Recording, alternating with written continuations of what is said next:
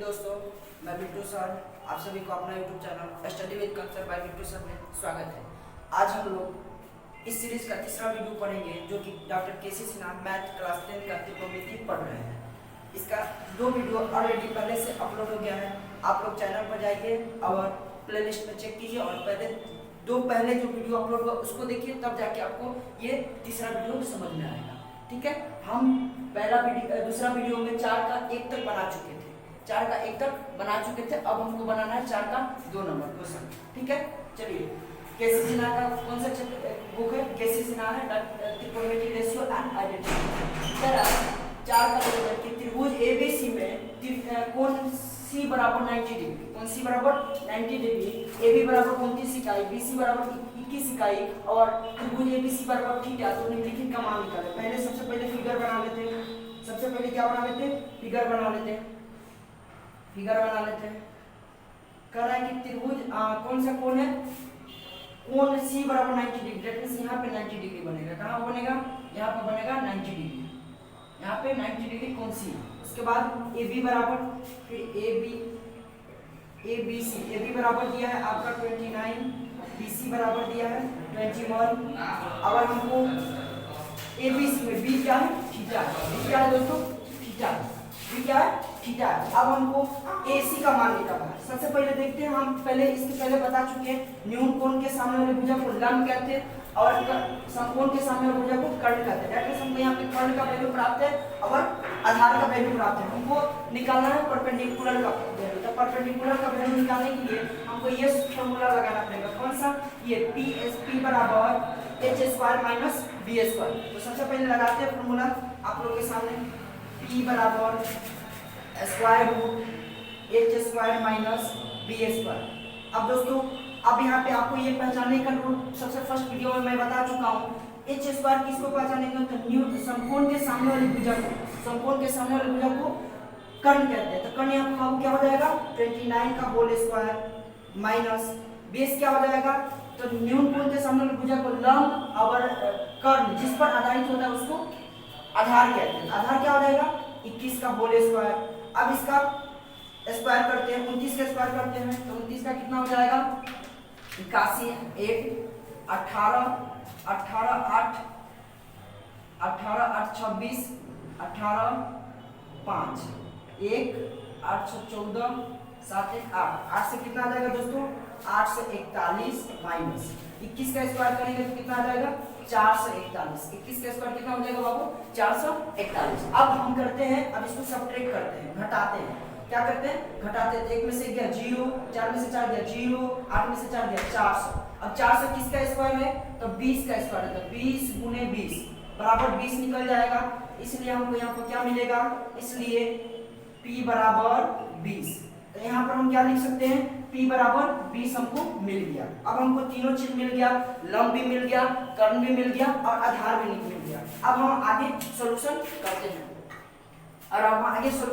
करते हैं क्या है क्वेश्चन? अब 1 नंबर कह रहा है, क्वेश्चन क्या कह रहा है? 1 नंबर कह रहा है कि cos s² theta plus sin s² theta.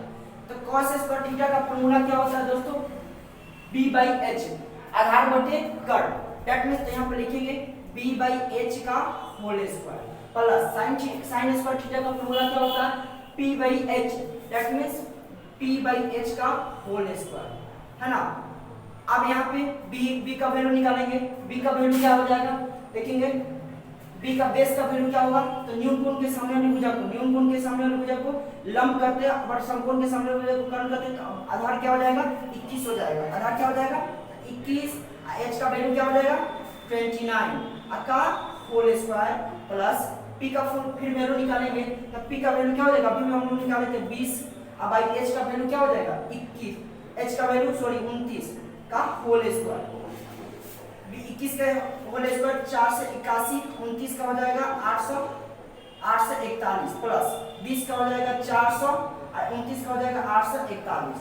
अब दोस्तों इसको जोड़ते हैं तो कितना हो जाएगा? पहले बटा का जोड़ निकाल लेते हैं। तो दोनों का एलसीएम सेम है। 8 से 41 में होगा क्या होगा?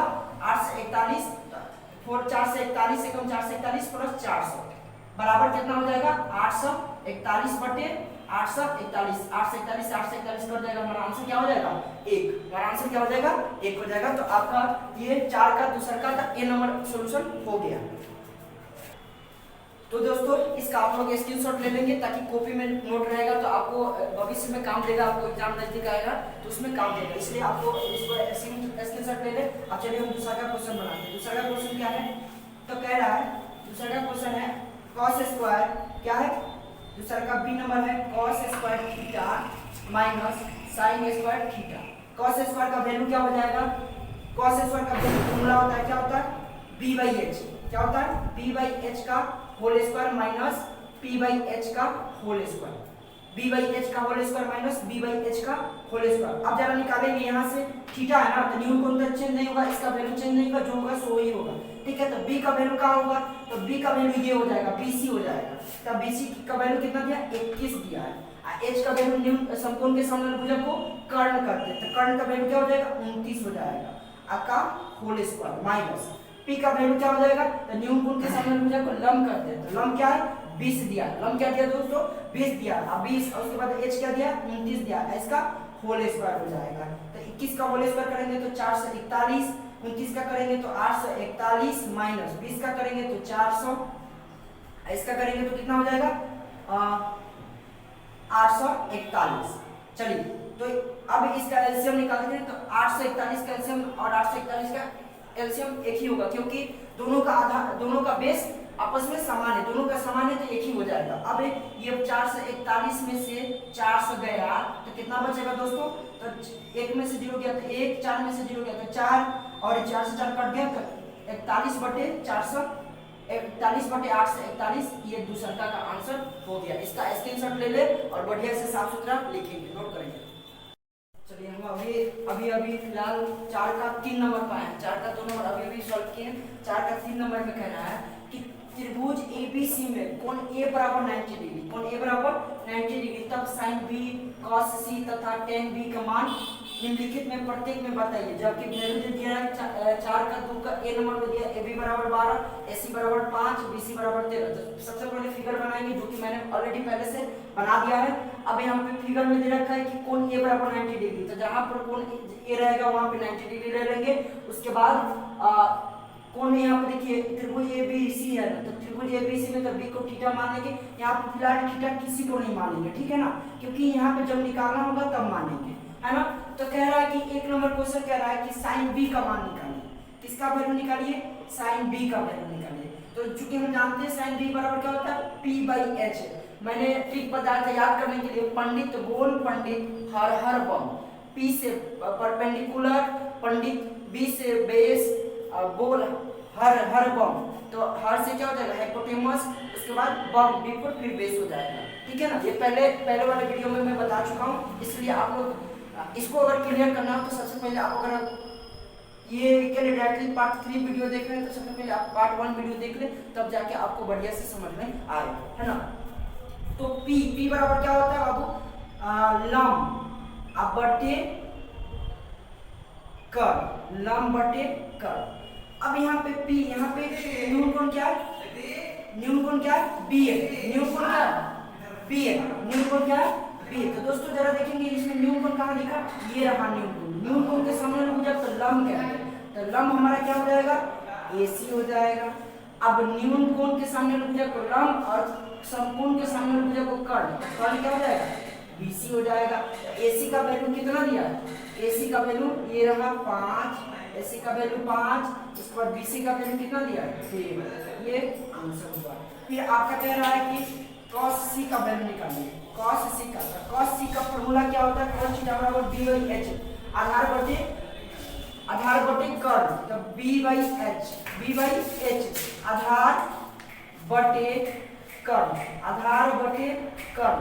आधार यहाँ पे क्या दिया है, यहाँ पे न्यून कोण क्या है C है, न्यून कोण क्या है दोस्तों C है, न्यून कोण यहाँ पे क्या C है, दिखाई दे रहा है सभी को, न्यून कोण C है, तो न्यून कोण के सामने वाली भुजा, अब न्यून कोण फिलहाल ये रहा, ये नहीं रहा, न्यून कोण अब ये हो गया, न्यून कोण के सामने वाली भुजा को लंब करते हैं, तो ये हमको लंब हो गया और ये आधार हो गया।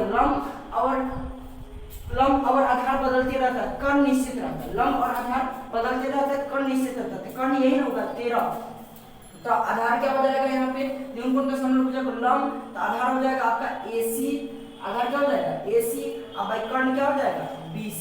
तो AC का वैल्यू दिया है 5 और AC का वैल्यू क्या दिया है 5 और उसके बाद BC का वैल्यू दिया है 13। ये आपका दूसरा का आंसर हो गया। तीसरा का कह रहा है tan B, क्या कह रहा है tan B। और सबसे पहले tan का फॉर्मूला होता है P/B, मतलब लंब बटे आधार, क्या होता है लंब बटे आधार। और लंब का वैल्यू देखेंगे यहाँ पर न्यून कोण क्या दे रखा है B, न्यून कोण कहाँ दे रखा है B, न्यून कोण के समलंब भुजा को लंब कहते हैं। तो लंब क्या हो जाएगा अपना AC हो जाएगा, लंब क्या हो जाएगा AC हो जाएगा, आधार क्या हो जाएगा BC हो जाएगा, सॉरी आधार क्या हो जाएगा AB हो जाएगा, क्या होगा आधार AB हो जाएगा। अब AC का वैल्यू क्या दिया है देखिए, तो AC का वैल्यू क्या दिया है, AC का वैल्यू 5 दिया है, AB का वैल्यू क्या दिया 12 दिया है। ये आपका पहला 4 का तीसरा का A नंबर बन गया, ठीक है। अब आप भी 4 का 3 नंबर का A नंबर सॉल्यूशन किया। अब 2 नंबर का 4 का तीसरा का B नंबर है, करा AB बराबर 20, AC बराबर 21, BC बराबर 29। सेम फॉर्मूला वही, फिगर वही, केवल डाटा चेंज हो जाएगा। क्या चेंज हो जाएगा, डाटा चेंज हो जाएगा।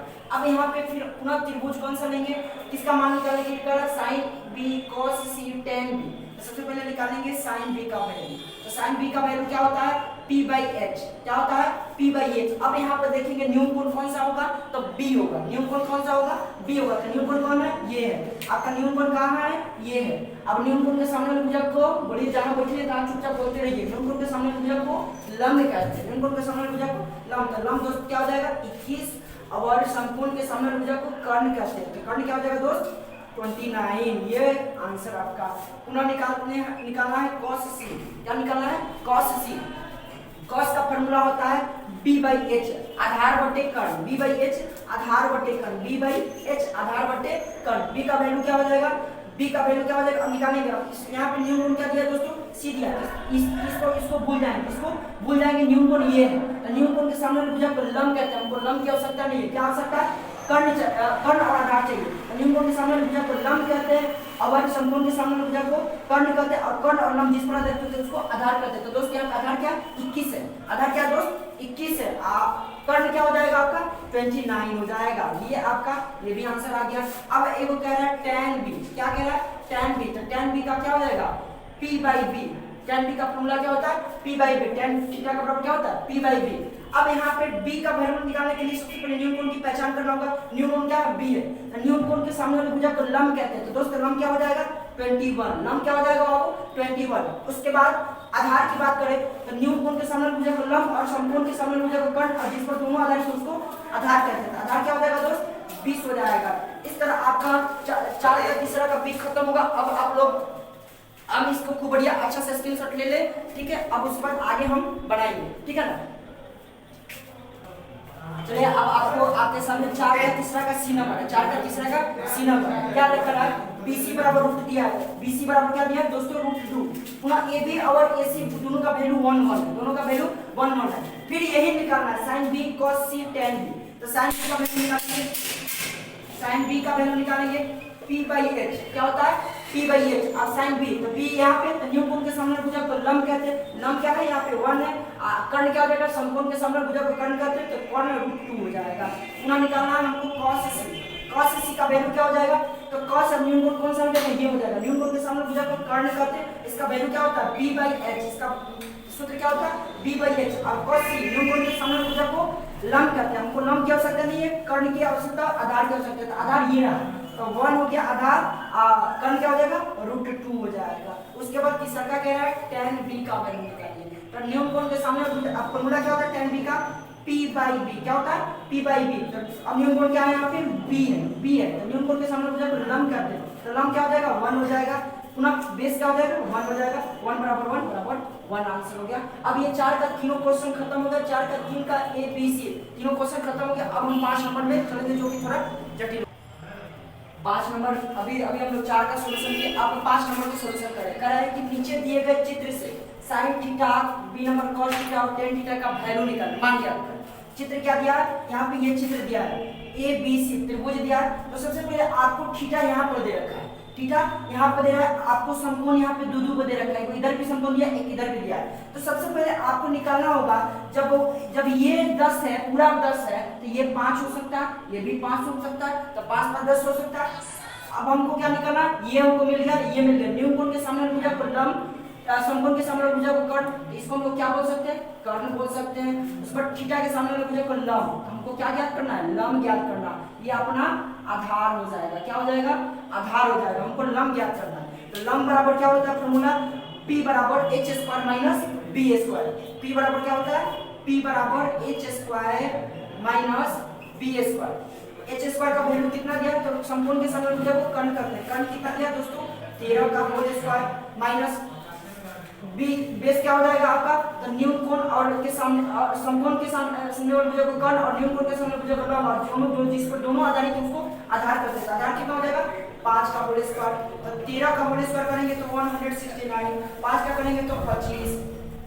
अब घटाएंगे, 9 में से 5 गया 4, 6 में से 2 गया 4, 1। ये किसका स्क्वायर है, तो 12 का स्क्वायर है। किसका स्क्वायर है, 12 का। तो 12 गुना 12, इसमें से एक 12 निकल जाएगा, इसलिए P बराबर 12। P बराबर क्या निकल गया, 12 निकल गया। इसको आप लोग क्या कर सकते हैं, साफ साफ नोट करेंगे, ठीक है। इसका P बराबर 12 निकल गया। अब इससे कोई मतलब नहीं है ना, यहाँ पे P कहाँ पे, जहाँ पे लंब दिया उसको वैल्यू पुट कर देंगे। P बराबर हम लोग का कहाँ निकल गया, यहाँ पे 12 निकल गया, यहाँ पे पुट कर देंगे। अब हमको मिल गया त्रिभुज A B, एक और यहाँ पे नाम दे देते हैं D, त्रिभुज ABD में, ठीक है। त्रिभुज ABD में अब निकालना है हमको किसका वैल्यू, तो sin थीटा का, cos थीटा का और tan थीटा का। सबसे पहले निकालेंगे sin थीटा का, ए नंबर निकालना है sin थीटा का। तो sin थीटा बराबर क्या होता है, लंब बटे आधार। लंब क्या दिया है, तो न्यून कोण के सामने भुजा को लंब, तो लंब अपना क्या हो जाएगा, 12 हो जाएगा। और समकोण के सामने भुजा को कर्ण करते हैं, तो कर्ण क्या हो जाएगा, 12 बटे 13, इसका आंसर हो जाएगा। बी नंबर कह रहा है कि cos थीटा का वैल्यू निकालना। cos थीटा बराबर क्या हो जाएगा, cos थीटा बराबर फॉर्मूला क्या होता है, आधार बटे कर्ण, दैट मींस b बटे h, b बटे h। तो b का वैल्यू कितना हो जाएगा, तो समकोण यहाँ पर थीटा है, थीटा के सामने भुजा को लंब, आधार दे रखा है 5 और कर्ण कितना हो जाएगा 13। सी नंबर निकालना है tan थीटा। tan थीटा बराबर क्या होता है, p by b। tan theta बराबर क्या होता है, p बाई b। तो tan थीटा बराबर p मतलब लंब, लंब क्या दे रखा है 12 और बेस क्या दे रखा है 5। ये आपका इस चित्र से, 5 का चित्र से ये ABC का वैल्यू निकल गया। अब दूसरा चित्र से भी इसका वैल्यू निकालेंगे, ठीक है। चलिए अब आपका 5 नंबर का 2 नंबर फिगर में बनाते हैं। ये फिगर कितना है, फिगर नंबर 2 है ना। इसमें दे रखा है यहाँ पे XYZ, ये त्रिभुज दे रखा है, इसमें XMZ ये भी त्रिभुज दे रखा है, XYM ये भी त्रिभुज दे रखा है। तो हमको जिसमें 2 का वैल्यू दिया हो, कम से कम लंब होना चाहिए और कर्ण होना चाहिए, या तो कर्ण होना चाहिए, आधार होना चाहिए, या तो कर्ण होना चाहिए या लंब होना चाहिए। तीनों में से कम 2 का वैल्यू दिया। देखिए यहाँ पे केवल एक ही वैल्यू है, जबकि यहाँ पे देखिए 2 का वैल्यू दिया। तो इससे हम ये वैल्यू निकाल लेंगे। यहाँ पे मान लेते हैं सपोज दैट ये समकोण है, ये न्यून कोण है। न्यून कोण के सामने भुजा को लंब कहते हैं और समकोण के सामने भुजा को कर्ण कहते हैं। तो दैट मींस हमको कर्ण पता है। यहाँ पे इसको थोड़ी देर के लिए मान लेंगे ये कर्ण है, ये थोड़ी देर के लिए मान लेंगे क्या है, आधार है। क्या है, आधार है, ठीक है। तो हमको कर्ण का वैल्यू पता है और आधार का वैल्यू पता है, तो हम क्या निकालेंगे, लंब का वैल्यू निकालेंगे। दैट मींस ये निकालेंगे। P बराबर क्या होता है फॉर्मूला, P बराबर square root h square minus b square. अब h स्क्वायर का वैल्यू कितना है, h स्क्वायर का वैल्यू दिया रखा है 20 का होल स्क्वायर माइनस 16 का होल स्क्वायर। तो 20 का होल स्क्वायर कितना हो जाएगा 400, 16 का स्क्वायर कितना हो जाएगा, तो आपका 36 अच्छा हुआ 3 9 8 16 6 15 2 1 1 256 हो जाएगा। कितना हो जाएगा दोस्त, 256। आप सब्ट्रैक्ट कीजिए, 10 में से 6 गया 4, 10 में से 6 गया 4, ये कैरी गया तो 9 में से 5 गया 4, ये कैरी लिया तो 3 में से 2 गया 1, 144 आया। अब 144 को हम लिख सकते हैं 12 गुने 12 बराबर 12, इसलिए आपका P बराबर यहाँ पर क्या निकल गया 12 निकल गया। अब इसको एकदम साफ फिगर देखेंगे, P बराबर क्या निकल गया 12 निकल गया। P बराबर यहाँ पर क्या निकल गया 12, ये वैल्यू निकल गया। अब यहाँ से हमको, अब थीटा तो ये ना है दिया है, थीटा इसमें तो कोई थीटा ऑर्डर नहीं दिया, तो अब ये वाला त्रिभुज का हमको वैल्यू निकालना है। ये इसका हमको कोई मतलब नहीं है, केवल एक मतलब था इसमें ये निकाल देना, हमको 12 निकाल देना। अब हमको निकालना है इस वाले त्रिभुज में इसका वैल्यू निकालना है, ठीक है। इसका वैल्यू निकालेंगे। इसका वैल्यू निकालने के लिए तो सबसे पहले इसमें पहचान करेंगे। क्या पहचान करेंगे, तो न्यून कोण के सामने भुजा को लंब, तो ये लंब हो जाएगा अपना, ये लंब हो जाएगा, इसको मिटा देंगे, अब इसकी कोई जरूरत नहीं है, इसकी कोई जरूरत नहीं है हमें, ये मिटा देंगे, लंब हो जाएगा। न्यूटन के समग्र भुजा को लंब और समकोण के समग्र भुजा को कर्ण करते थे, ये हमको अब कर्ण निकालना है। क्या निकालना है दोस्त? कर्ण निकालना। ये हमको लंब मिल गया, न्यूटन के समग्र भुजा को लंब, ये कर्ण और ये हमका आधार मिल गया। क्या मिल गया? आधार मिल गया। क्या मिल गया? आधार मिल गया। तो कर्ण का वैल्यू निकालेंगे, तो कर्ण बराबर क्या होता है दोस्त? h बराबर p square plus b square. तो लिखेंगे h बराबर square root p square plus b square. अब p का वैल्यू कितना दिया है? 5, 5 का होल स्क्वायर प्लस कितना दिया इसका वैल्यू? b का वैल्यू कितना दिया है? तो b का वैल्यू दिया 12, 12 का होल स्क्वायर। अब इसको निकालेंगे तो 5 का स्क्वायर 25, 12 का स्क्वायर 144, जोड़ेंगे तो कितना होगा? 5 4 9, 5 4 2 6 1 169 बराबर ये 13 गुना 13 लिख सकते हैं। तो इसलिए h बराबर हमारे क्या मिला? 13 मिला। h बराबर हमको क्या मिल गया? 13 मिल गया। मतलब इसका वैल्यू हमको 13 मिल गया। कितना मिल गया? 13 मिल गया। अब आगे हमको कुछ मतलब नहीं है, इसका वैल्यू निकल गया, अब इससे सारा वैल्यू निकल जाएगा। चलिए देखते हैं, इसको साफ साफ स्क्रीनशॉट ले लेंगे, ठीक है ना, साइड में होके स्क्रीनशॉट ले लेंगे। अच्छा चलिए अब ये नंबर निकालते हैं। क्या रखा है? Sine theta. तो साइन थीटा का फॉर्मूला क्या होता है? लंब बटे कर्ण। क्या होता है? लंब बटे कर्ण। क्या होता है? लंब बटे कर्ण। तो यहाँ पर देखिए कि लंब का वैल्यू क्या है? साइन थीटा है, तो लंब का वैल्यू 5 और कर्ण का वैल्यू 13 है ना। अब बी नंबर कह रहा है cos थीटा। cos थीटा बराबर होता है आधार बटे कर्ण। आधार बटे कर्ण। आधार का वैल्यू क्या दे रखा है? आधार का वैल्यू दे रखा है 12 और कर्ण का वैल्यू दे रखा है 13। आधार का वैल्यू क्या दे रखा है? 12 और कर्ण का वैल्यू दे रखा है 13। अब सी नंबर में देखेंगे तो सी नंबर में क्या क्वेश्चन पूछा है? tan theta. तो tan थीटा बराबर आपको तो ये फॉर्मूला पूरा याद हो जाना चाहिए अच्छी तरह से। क्या होता है? लंब बटे आधार। लंब बटे आधार।